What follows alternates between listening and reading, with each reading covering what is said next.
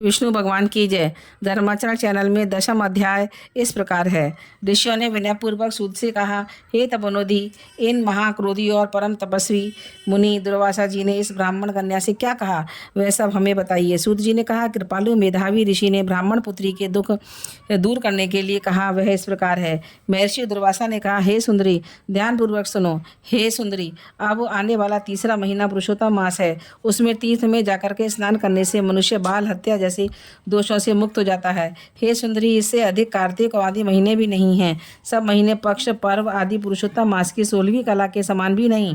वेद शास्त्र के समस्त साधन इस मास की 16वीं कला से भी समानता नहीं कर सकते।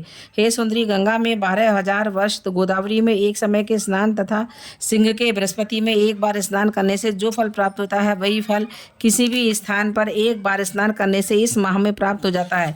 इस मास में दान, तप, जप करने से मनोकामना पूर्ण होती है। श्री कृष्ण की प्रिय इस मास का तुम भी सेवन करके अपनी मनोकामना पूर्ण करो।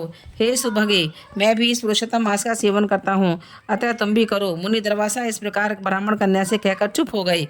भगवान बोले, दुर्वासा के वचन सुनकर वह मूर्ख कन्या क्रोधित होकर कहने लगी, हे ब्राह्मण, आपके वचन मुझे पसंद नहीं है।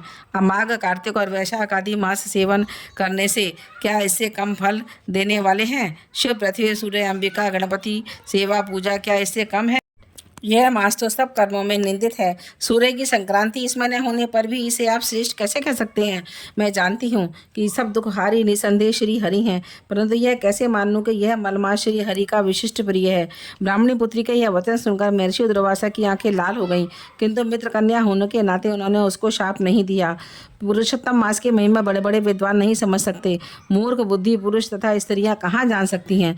यह बाला पितृहीन होकर है, दुख के कारण तप रही है, मेरा शाप कैसे सह सकेगी? इस प्रकार विचार कर क्रोध दूर करके मुनि दुर्वासा श्री ने उसको शाप नहीं दिया। हे बाले, तुम मेरे मित्र की बेटी हो, इसलिए मैं तुझ पर क्रोध नहीं कर रहा हूँ। तुम जैसा चाहो वैसा करो, और मैं जो तुम्हारा भविष्य कहता हूँ सुनो। तुमने पुरुषोत्तम मास का निरादर किया है, उसका दंड इस जन्म में अथवा दूसरे जन्म में अवश्य प्राप्त होगा। मैं तो बद्रिका आश्रम जा रहा हूँ, तुम्हारा कल्याण हो, मेरा समय नष्ट न करो। होनहार शुभ अशुभ को कौन मिटा सकता है? इतना कहकर दुर्वासा ऋषि मुनि वहाँ से उसी समय चले गए। वह कन्या पुरुषोत्तम मास की बुराई होने के कारण तेजहीन हो गई। वह बहुत देर तक कन्या ने सोच समझ करके शीघ्र प्रसन्न होने वाले भगवान शिव जी को प्रसन्न करने का निश्चय किया।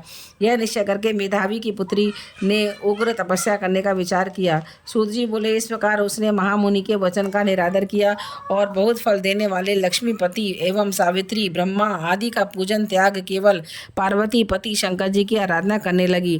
10वां अध्याय समाप्तम। बोलो पुरुषोत्तम भगवान की जय।